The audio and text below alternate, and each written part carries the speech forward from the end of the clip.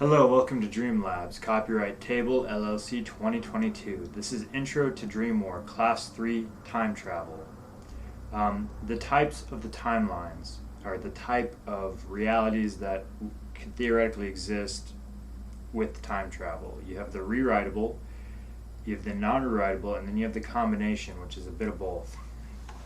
Rewritable timelines allow causal chains to be broken, allowing you to send units back in time without having to worry about the paradoxes that form with the non-rewritable timeline, such as the grandfather paradox, which is also known as the endless instantaneous timeline oscillation paradox, the null free will paradox, and all the other ones which we'll describe.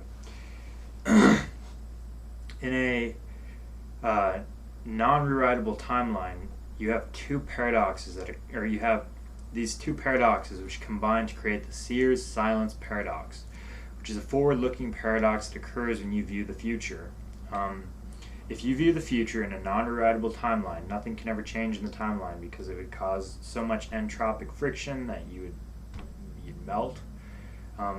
Anything you do or say which would prevent the future that you saw from occurring would cause the future to change, so you would have never seen that future which has changed, so that you wouldn't do or say any of what you did to change the future, so you would see it, and it oscillates instantaneous between existing and non-existing. When a time seer views the future, they are silenced because of the EITO paradox, or the endless instantaneous timeline oscillation paradox, which prevents them from being able to do anything or say anything that would change the future with their words or actions. Because of this, time travelers or time viewers, seers, are silenced by physics and inhibited by physics instead they are forced to speak in tongues, indirectly writing on walls, and can do nothing that would prevent the future that they saw, because if they prevent it, then they never see it, so they never prevent it, so they see it, and it oscillates back and forth. Just like if you were to go back in time and kill your grandfather, you would exist and not exist, so then you'd exist and not exist, and it oscillates instantaneously, endlessly. And my belief is that the timeline oscillates until it hits a stable point. So the minor fluctuations in the quantum level, and not like quantum mechanics swerving or anything, just minor variations every time it oscillates, eventually it'll land on a stable point and it will become a timeline again. But theoretically, you should not remember any of what occurred in the oscillations. Because of this, time travelers or time viewers are silenced. They have to speak in tongues, write on walls, and they can do nothing that would prevent the future that they saw. And you write on walls because no one reads it, no one understands what it says, so you can write it. If they understand it, what you're writing, then it prevents you from ever having written it because it would change the future that you wrote it for. The null free will paradox is a paradox that says you can see yourself saying something in the future, and then when you get to that future, you aren't able to say anything different than what you said. Because of this, a natural censoring of your mind occurs through the repression of what you saw in your conscious mind into the subconscious, which is referred to as falling asleep in the seer's terminology. You view the future, you see yourself say something, you get to that future. If you were to remember what you said, it would create a null free will paradox because you can't say anything different than what you saw. And it would also create a Zilt source knowledge paradox, because the question would become is who wrote or who said what you said. If you saw yourself saying it, then that's why you said it. The inability to change the future, that means when a seer or the future is interacting with the past, they have to use misdirection and mistruth to affect a person's behavior without it revealing anything that would cause the future to change. I personally was hit with a demonic narrative which allowed me to begin opening the door to see time traveler communications. And then it was shut when I believed I was schizophrenic. It opened back up again when I went back to religion, and then I made the logic jump, which is required to the idea that it's technology, and I solved all the paradoxes. And because I solved these paradoxes, there was no way for them to start by telling me with any of this in any way that I would have remembered. Instead of saying, hey, you solve these paradoxes, that's why this is happening, instead it was a demonic attack, open the door, close it, open it again, and then I solved the paradoxes, which now I'm telling you how they work. And so it's a misdirect. If they want you to do something, they can't tell you directly, so they lie or they provoke, and then they guide you into doing it. And it's a self-shaping causality chain paradox. So to open the door, seers can use demonic spirits, religions, mythologies, delusions, and whatnot. And these doors are always open because the myths of man are believed by such a large portion of the population. And it allows you to begin interacting with the time seers and time travelers, but then it requires a logic jump, or you figure it out and then you just jump and you choose to believe the new narrative, and you embrace the new narrative and whatnot. And it is the understanding that it is technology that I've jumped to.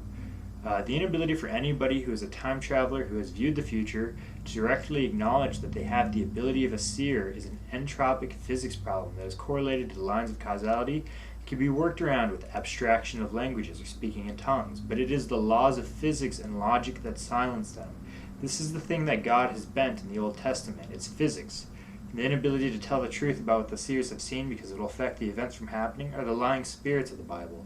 The writing on the wall is the means of the seers communicating indirectly with abstractions because it won't affect the future. They can shape the future and guide it, but they can't prevent it. And the window that those who look through will go blind is a reference to the null free will paradox, and it's a solution of temporary loss of memory regarding events that you saw yourself doing in the future. The zilch source knowledge paradox is the paradox that refers to the creation of information which has no source for its creation, which is best understood by the story of a man who in 1910 is given a book by a stranger. The book contains within it just encoded, just a cookbook essentially. And he reads it, he self-publishes it to make some money, it travels through the library system, thousands of copies are printed, and then in the future, a savant codebreaker is reading it to cook dinner for his in-laws. He sees the code, he cracks it, it's a time travel, he builds it, time travel machine, he builds it, he goes back in time and he gives it to the man who got it from the stranger, because that man from the future is the stranger that the man in the past in 1910 got the book from, and it creates this loop. But the question is if the loop always existed and there's no writer for this book, where did the book come from? It's the question of something coming from nothing and having always existed, or the Big Bang. It's the same question. So the zilch source knowledge paradox theoretically can't exist. There has to be there has to be an intelligence that from A to B causally creates the book, but there is no writer in this theoretical timeline, or in this theoretical story. So because of this, reality censors things.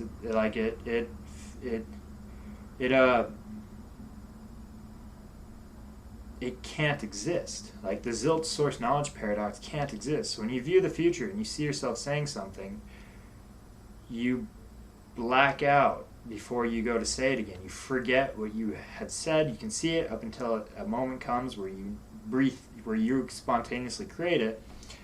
And so if nobody wrote the book and both parties got it from the other throughout the timeline traveling, who wrote the words and designed the time machine?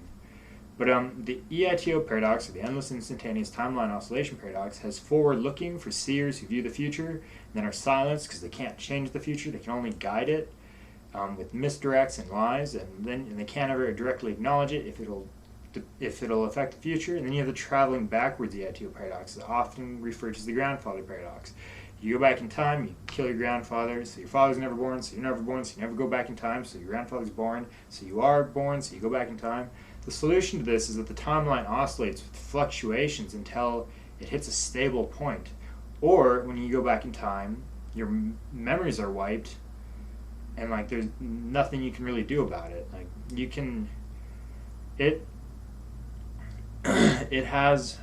There are mechanisms that makes time travel a useful tool, but the reality is that you can't change the future. So self-shaping causality chains,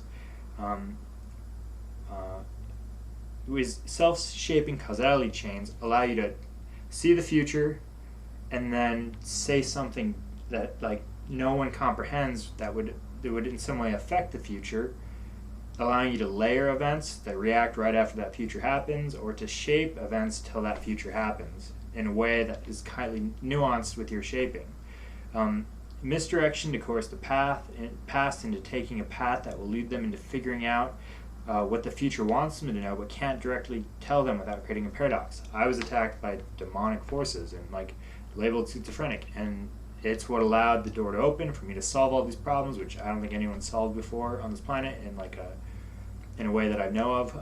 But without that misdirect and the fiction and the lies and the remote controlling, the targeting and whatever, like the audience who lost their memories, like Tokay says in the book or in the song "Down Down Down" to Mephisto's Cafe, they won't remember these songs because the torture, the targeting, the lies, that they believe now are what is creating this event right now, and this event right now is a result of the future interacting with us in a way that was a misdirect, which allowed us to self-shape to this point. So you can't remember what has really gone on, or like all of these things, because it would create a paradox. And so your memory literally is being impeded. You've gone blind looking through the window because of the laws of physics, the things God has bent that you cannot change. And you can't talk directly because you viewed the future. It would create a paradox. If you talk directly, it would prevent this event from happening. You can guide it, which means you can misdirect talk. You can do all of these things around that shapes events, but you can't directly break the causal chains. So, no free will paradox, which says if you view the future and you see yourself saying something, when you get there, can you say something different? The answer is no. The Zilch source knowledge paradox is also a component of this. Solution to this problem is that the suppression of memories in the moment or at a crucial point that would change events that you saw in the future occurs. And because of the way the brain works, when this suppression and repression of what you know, what you saw with your eyes, and the blindness, the inability to remember what has actually happened, like Mephisto's Cafe and Streetlight Manifesto talks about, and your brain works on a mechanism. If it's repressing it, the pathways get all screwed up, and so you start having false memories. So you think you're changing events, and you think, wow, I've had this deja vu. It's slightly different now, though. And the reality is it's not. It doesn't change. Your mind works upon an information architecture system that uses neurons, which are extremely vulnerable to distorting and warping. And so it represses it, and you think, well, I said that, so this time I'll say this. But in reality, if you could view yourself in the past, you would know that you actually said what you think you're changing already, and it's the warped, suppressed neuronal structures of your information architecture that makes you think you're changing it.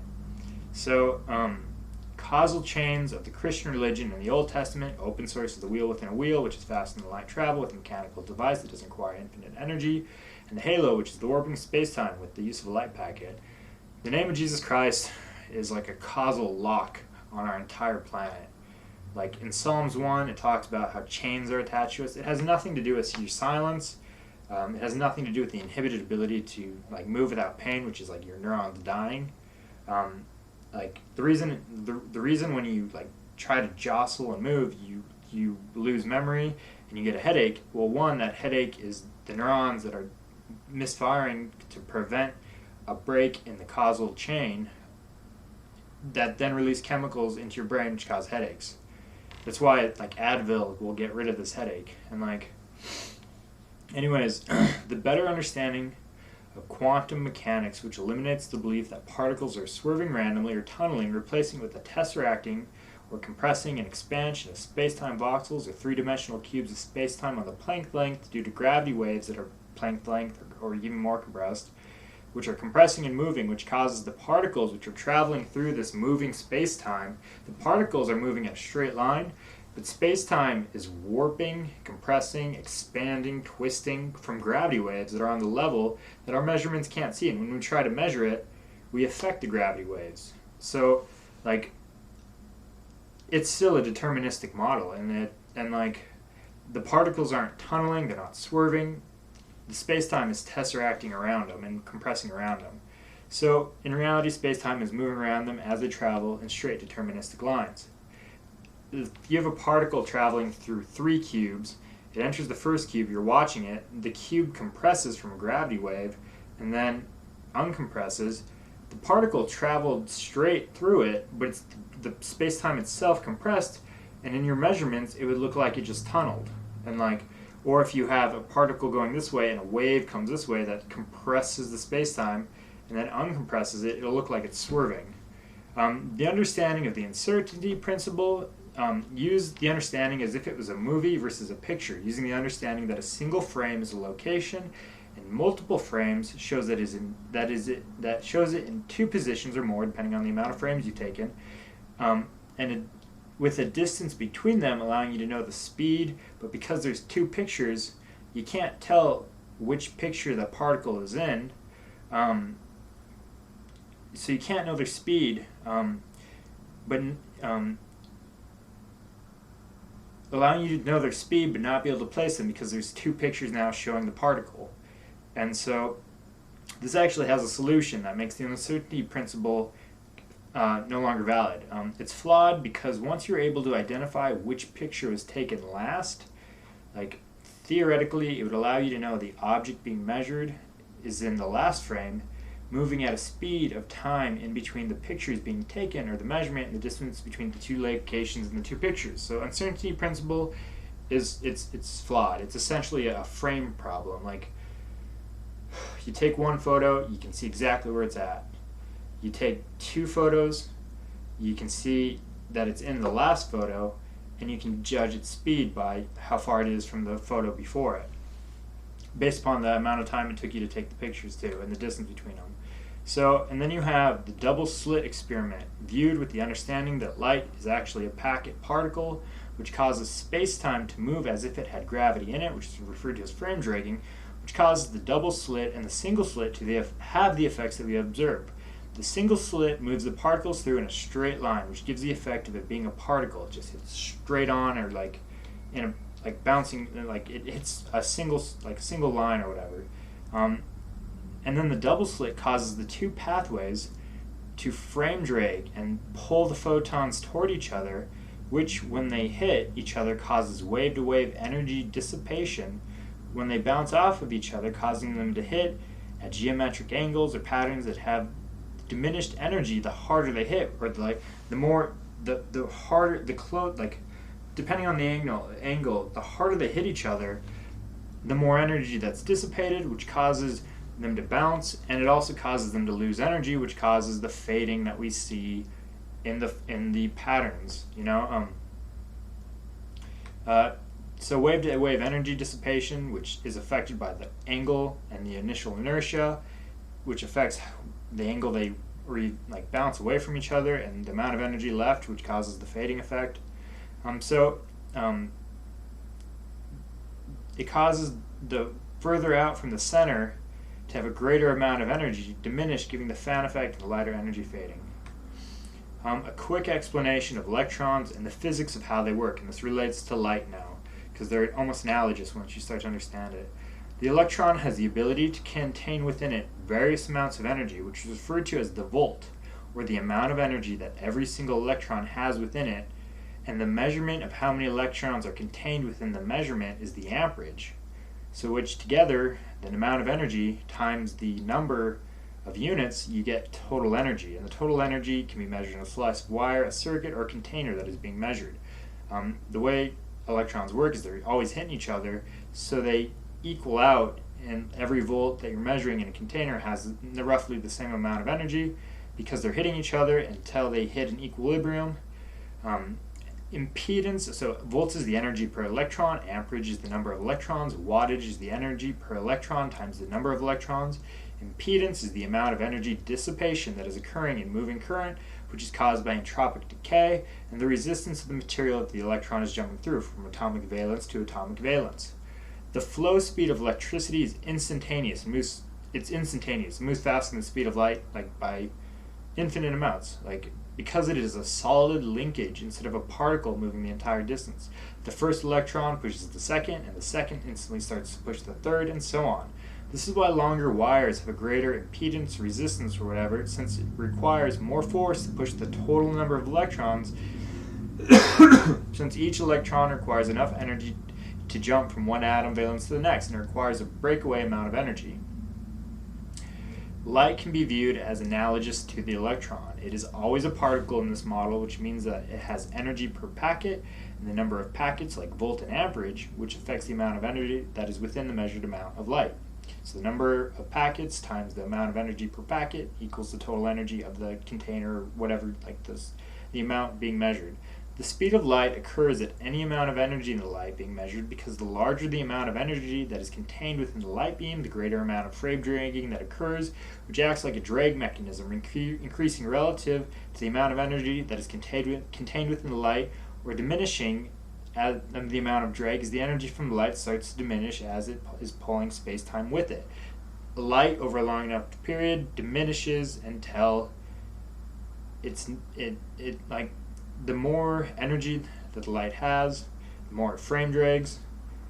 So in this frame dragging is like essentially impedance, or like the resistance, and it will hit a point where the light particles should theoretically run out of energy, and it like an electron, I don't know what happens to it when it reaches its zero energy. The electron can be manipulated with a Tesla coil, a transformer, and other mechanisms to create various effects, from creating a room charged with free-floating electrons that have an extremely high volt, like the Tesla coil, allowing it to cause light bulbs to activate, but without a current, preventing the amperage or flow direction to cause harm to human beings. It can be pushed through a metal coil to create eddy currents, allowing electromagnetics to be created. So the electron creates magnetic effects. Light creates gravitational effects. So light has the same model as the electron, but it affects space-time instead as a form of artificial gravity. Instead of passing through metal, it uses fiber optic cables. The ability to light up a room with a light bulb without frying everyone is the same mechanism that the same principles and analogy as a Tesla coil. It fills the room with electrons that are high voltage, so like they light shit up, but there's no flowing current, so it doesn't kill anybody. You turn on a light bulb, it fills the room with photons, but they're lumens, and like they don't fry you either, and but a laser can fry you, just like a current can fry you when it's directed, pointed, and in a current. You can view lasers sort of as a current, I guess. I'd have to really think about that concept. The ability to create artificial electron magnet with a coiled cable works on the same logic as a photon stream passing through a fiber optic cable coiled, but it affects space-time because of frame dragging and creates an anti-gravity effect, or the warping of space-time. With this understanding that space-time is compressing and expanding on the Planck level, which is causing the illusion of quantum mechanics beliefs that the particles are going in and out of existence or swerving randomly, you'll be able to build quantum computers that can operate at room temperatures by creating gravity sinks with photon coil patterns. The coiled photon, which warps space-time, will allow anti-gravity and artificial gravity to be created, which can be used in interstellar travel. If you put a photon coil, this is a theoretical engineering device, I'm not sure if it'll work. If you put a photon coil on the tread of a wheel within a wheel, which is faster than light travel of a mechanical device, you can start to use space-time as a non-Newtonian tread. The theory is that the inner circumference of a wheel is moving at a revolutions per minute, or RPM, that moves the inner wheel circumference slower than the speed of light. If you expand that inner wheel by connecting it to a larger wheel, so you have a wheel within a wheel, just a flat metal plate, or metal plate that is measured with the inner circumference that is turning in the RPMs, and then the outer circumference that is rotating it now at the same RPMs because they're connected by atomic bonding. The inner wheel will move at the same RPM, but the outer circumference edge can move faster than the speed of light because it's moving in a circle, so it doesn't gain energy, it doesn't gain... It theoretically should work. This combines with the grabbing and warping of space-time when you add photon coil treads to the outer circumference, and in theory, it could warp space-time like a tire in a mud-slick, allowing you to warp out of orbit or like warp or anything. So, to come back to the timelines, you have the rewritable, which creates a whole different reality than the non-rewritable. Rewritable says no paradoxes, you're good to go. Like, you go back in time, you can talk, you can do anything you want, and like it creates a new future, but like it doesn't affect the people going back at all. It creates energy essentially, and like it would in theory make it possible for like the moving of energy from the future to the past without having any connection to the future that the energy came from. So if time travel existed in a rewritable timeline, it spread, like we would instantly have so much time travelers coming back like instantaneously, and it would just keep compounding endlessly because a new future would be rewritten every time one and they came back. We would instantly be engulfed in endless energy, like endless instantaneous creation of energy that would turn all of creation to the highest temperature level you can get until it stopped creating time travelers. The non-rewritable has the paradoxes that you can't change the past, present, or future. You can shape events, you can misdirect, but the reason you can't talk or move and why you have headaches, you think your memories are changing, you can't do things. You viewed the future. It's the Christian religion, man. It's the speaking in tongues, the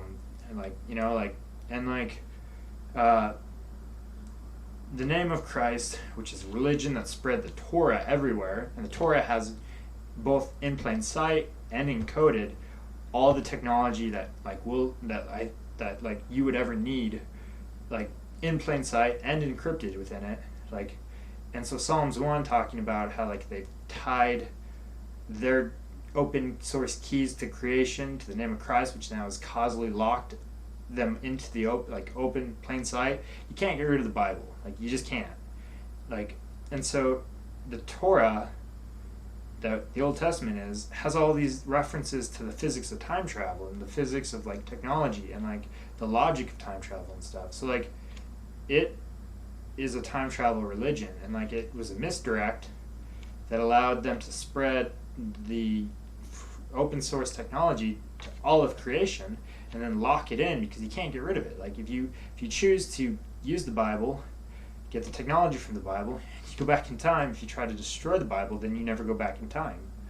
So like open source technology for time travel, faster than light travel, nanorobotics, like the time theories, it's in the open indefinitely. And like then you have you have combination timeline, which is like, yeah, you might be able to rewrite some of it, or like you can go back in time, you can view the future, and you can kind of oscillate around a bit, but like the causal chains of the Christian religion with the open source Torah, like that's stapling into creation, non-rewritable in what is essentially like you can kind of modulate shit, but like it's the open source keys are there, and that's what the Bible says it does. It gives the keys of creation to the saints.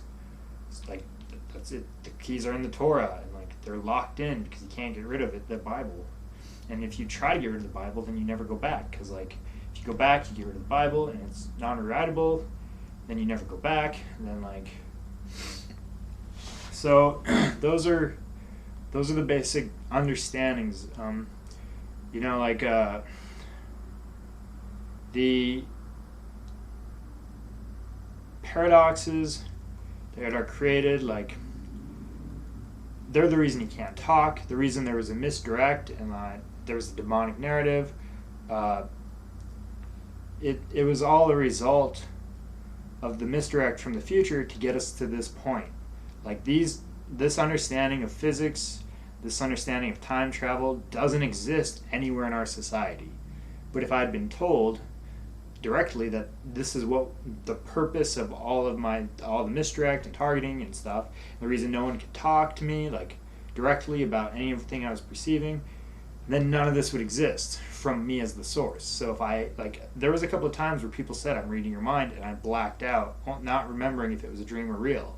It happened multiple times. I used to black out when I was a teenager before all this started, probably because I was communicating with the future.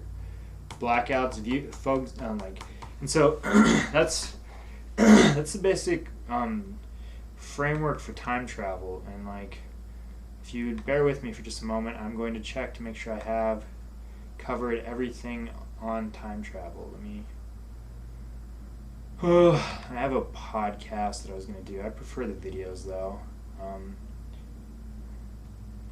I don't have the time travel one anymore. So you have Zilt source knowledge paradox, which says somebody gives time travel to someone in the past, and that person in the past gives it to the person in the future, and then creates an endless looping story. The question becomes, who the fuck wrote it? No one wrote the book or created the time machine. It just existed pre-written without a source writing it, which is like the Big Bang. It's no explanation for it. It can't exist. So theoretically, physics prevents it from existing through repression of your memories, ripping apart your neurons, which gives you a headache. And then you think you're changing events because your memory information architecture is giving you half the architecture, which is molding and forming. And your memories are spatial patterns in your neural network. If you impede a percentage of them and create this delusional belief about what you had seen, or that what you remember, it allows you to not hit Zilt source knowledge paradox, and prevents the null free will paradox. You think there's all these different futures and shit. They're not at all. Mephisto's down, or Streetlight Manifesto's down to Mephisto's cafe. It's a reference to the idea that you'll forget to prevent paradoxes, and the whole demonic story. The reason they framed me for the fire is so they could put me in a cage to exfiltrate data from me, or to prevent me from solving data, or whatever. So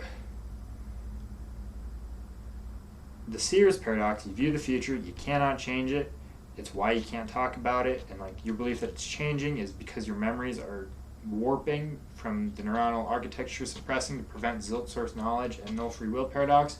The reason they lie to all of us and make misdirects, demonic entities, false narrations, is because they have to use self-shaping causality chains, which is the story is you wake up, your alarm doesn't go off, you go out to your car, you're late, your car doesn't start, you go to class for geometry or geology or whatever, and this geology says that, and you miss the class, so you're walking out, you find a physics book, you build a time machine or whatever after 50 years of after study, and then you go back in time, you fuck with your clock, you fuck with your car, and you lay the book down, and it creates a paradox.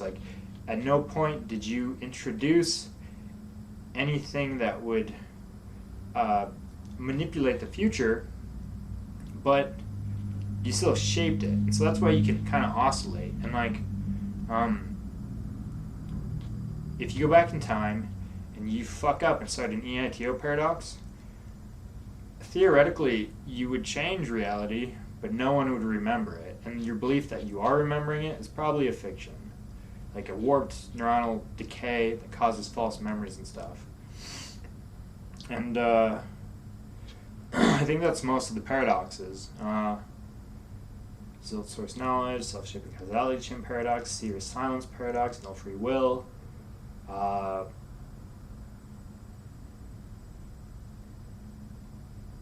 Yeah, I think that's most of them. So that's why time travelers, they're here, time viewers are here. They call it the third eye, the all-seeing eye, prophecy, and they, in reality, it's misdirects so that we don't fuck with the future in a way that would prevent the future from sending data back to us. And the future lies compulsively, both nefariously and because if they didn't, it would change the future, which means they're actually inhibited on what they can say to us.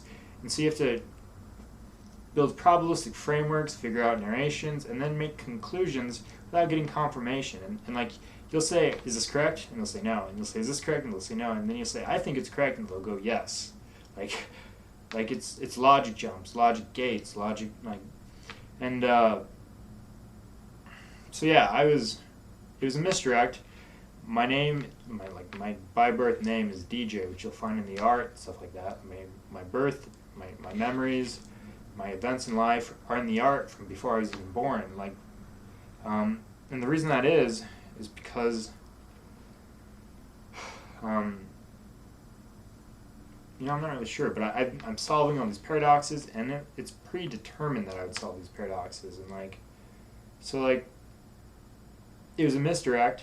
I'd like to make a logic jump away from it now. The idea that I'm guilty of anything, it's pretty self-evident that I'm not. But